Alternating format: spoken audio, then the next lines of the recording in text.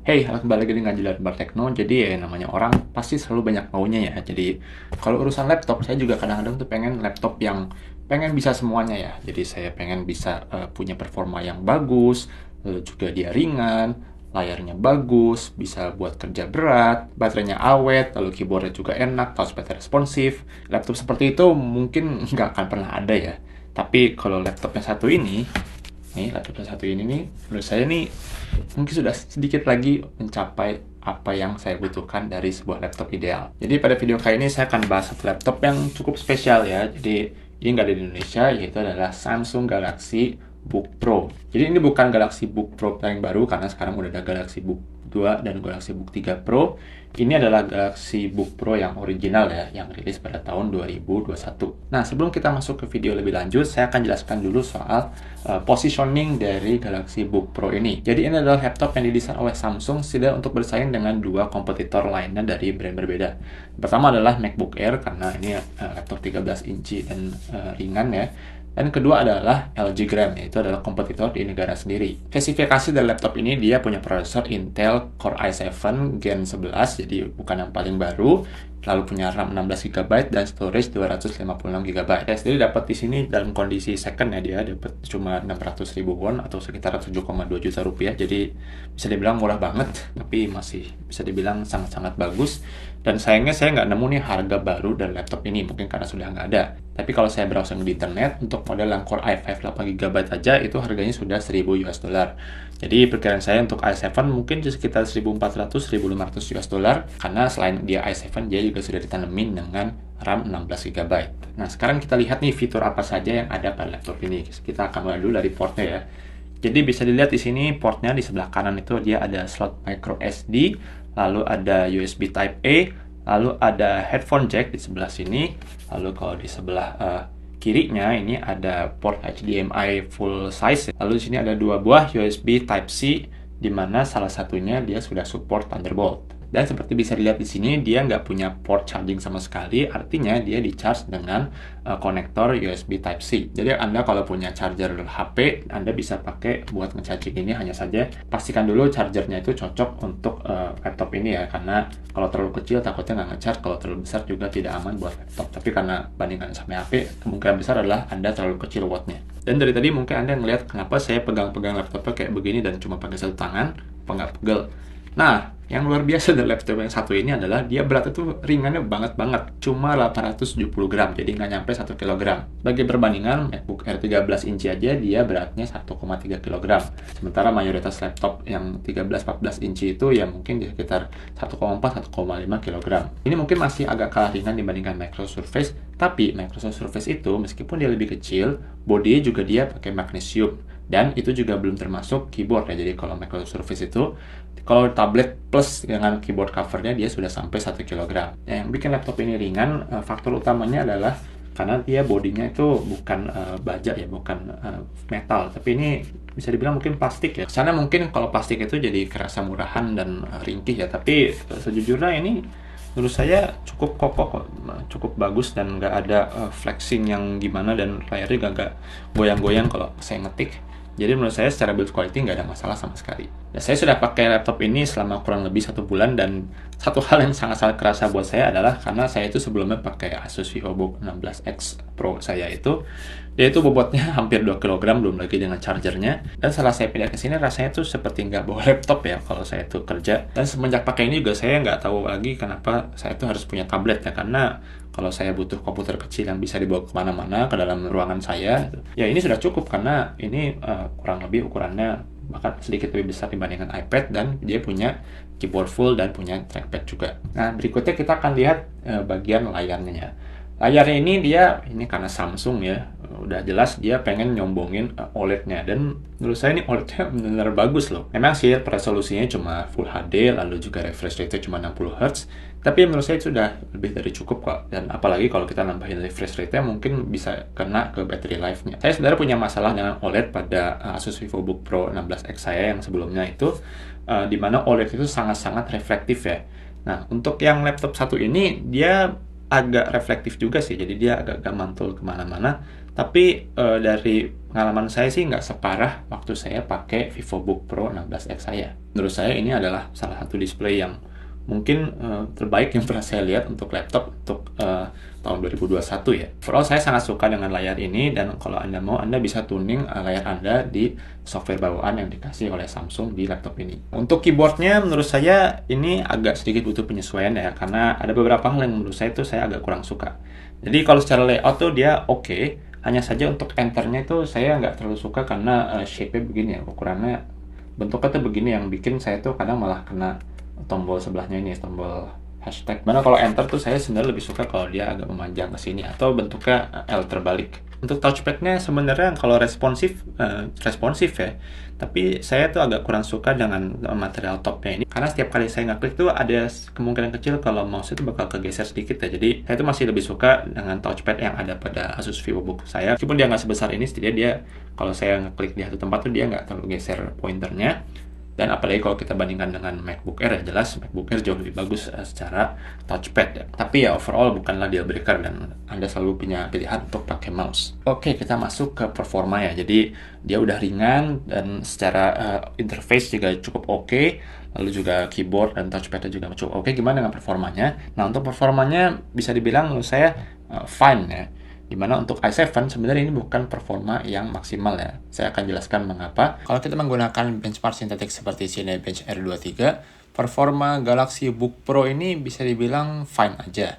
Dia memang pakai i7, tapi kalau saya lihat performanya itu seperti tidak bisa memaksimalkan Intel Core i7 yang ada pada laptop tersebut. Ini mungkin karena ada batasan dari segi cooling, ya dikarenakan ini laptopnya sangat ringan dan coolingnya pun bisa pas-pasan. Dan keterbatasan cooling ini juga yang menyebabkan kalau Galaxy Book Pro ini, kalau kita run berkali-kali pakai benchmark sintetis, performa multicore itu berkurang secara bertahap ya. Ya ini disebabkan karena adanya thermal throttling. Jadi artinya apa? Kalau Anda itu kerjanya seperti web browsing, lalu Office, mungkin dia nggak akan thermal throttling seperti ini. Tapi kalau Anda itu kerjanya seperti video editing yang sudah banyak sekali layernya, kalau pendinginannya nggak benar mungkin akan menjadi masalah dan menyebabkan laptopnya jadi agak melambat. Dan performa maksimal multicore-nya pun juga masih kalah jauh ketimbang AMD setara ataupun Intel G12 yang Core i5 yang pernah saya uji di channel ini. Nah, bagaimana dengan real world performance-nya untuk performa nyatanya? Saya pakai laptop ini untuk mostly untuk Office, dan kebanyakan untuk Office, dimana untuk Word, PowerPoint, dan Excel. Dan saya ada satu dokumen yang isinya itu banyak sekali citasinya dan banyak sekali baris-baris pada dokumen Word-nya. Itu dokumen isinya research paper. Dan entah kenapa, pada laptop ini tuh dia sangat-sangat lancar. Bahkan kalau dibandingkan dengan desktop saya di kantor yang pakai Core i5 Gen 11 yang belakangnya F, 11400F seingat saya. Dan kalau dibandingkan juga dengan Asus VivoBook Pro saya yang nggak tahu kenapa kalau setiap kali buka dokumen itu selalu nge-lag, ini nggak ada masalah sama sekali. Jadi saya nggak tahu apa yang terjadi, tapi yang jelas ini adalah salah satu laptop untuk jalanin Office yang paling lancar yang pernah saya punya. Ya, kecuali kalau memang datanya terlalu banyak ya, misalkan saya buka Excel yang banyak sekali row-nya, itu jelas limitasinya di RAM yang cuma 16 GB. Untuk gaming juga ini masih cukup sanggup selama nggak berat-berat banget. Jadi kalau saya main CSGO, jadi kalau settingan low HD dia masih bisa 50-90 FPS ya. Jadi untuk CSGO menurut saya kalau mainnya casual cuma diajak main sama teman-teman, bukan yang kompetitif ya, menurut saya ini masih oke-oke aja. Genshin masih bisa, tapi ya ini paling cuma 30 FPS dan settingannya juga harus rata kiri, dan tentunya ada kecenderungan kalau dia bakal thermal throttling, jadi harus hati-hati. Dan kalau untuk Apex dia tuh FPS-nya sekitar 40-60 FPS dengan settingan kembali juga harus low. Ya secara umum memang dia bukan laptop gaming dan saya juga berharap banyak. Tapi kalau Anda benar-benar butuh graphics performance, di sini ada Thunderbolt port, jadi artinya Anda bisa connect ke eksternal GPU kalau Anda mau. Meskipun menurut saya sampai sekarang eksternal GPU juga nggak make sense secara price performance ya. Nah, untuk video editing saya sudah pakai laptop ini untuk edit sekitar 3-4 video ke belakang. Dan menurut saya masih oke-oke aja kalau kontennya kayak saya ini yang nggak banyak video efeknya, nggak banyak layernya. Saya sendiri kalau video editing cuma pakai DaVinci Resolve dan CapCut dan itu nggak ada masalah sama sekali. Tapi kalau Anda pakai Premiere mungkin Anda bisa dapat performa yang lebih lagi karena Premiere itu dia sangat optimize untuk Intel, apalagi karena ada QuickSync. Oke, berikutnya mari kita bahas soal battery life, tapi sebelumnya saya akan bahas dulu soal EVO-nya deh. Jadi saya jujur aja baru kali ini pakai laptop dengan sertifikasi Evo ya. Jadi Evo itu sebenarnya hanya sertifikasi. Dimana kalau laptop Evo itu dia expected bisa begitu dibuka laptop itu langsung nyala. Jadi instant on. Lalu dia juga punya battery life yang bisa dibilang harusnya kencang. Lalu battery life-nya juga di-expect harus panjang meskipun dia bodinya tipis. Nah, saya akan bahas dulu aspek dari Evo tersebut satu persatu. Untuk battery life-nya, untuk pemakaian saya itu paling bisa dapat battery life sekitar 6-7 jaman.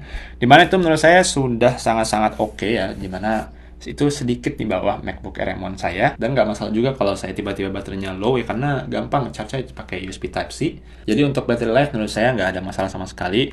Bahkan menurut saya ini sudah di atas ekspektasi saya untuk laptop setipis ini. Untuk instant on dia mungkin nggak instan banget, tapi menurut saya sudah sangat-sangat cepat. Jadi nggak masalah, nggak ada komplain sama sekali.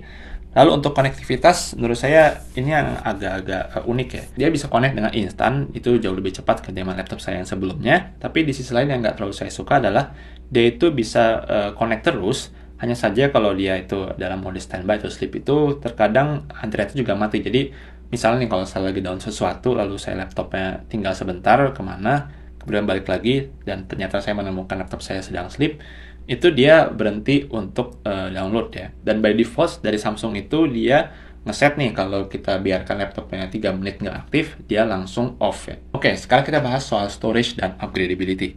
Jadi begini, storage yang saya punya tadi saya sudah sebutkan 256 GB.